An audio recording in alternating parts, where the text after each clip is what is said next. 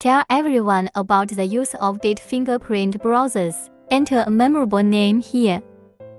Choose a platform. Select the proxy type as socks5. Then open our PS5 proxy. Enter the name of the country you want to represent.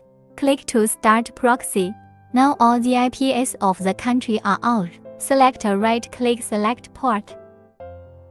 Click on the port forwarding list below. Copy down. Backpaste in. Click on proxy detection. The agent is now successful. Click Save. It has now been added. Click to open.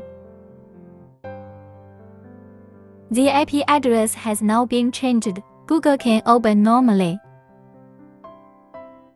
Twitter can also be opened normally. IP address has been changed. Click the link in the comment area to register and use it.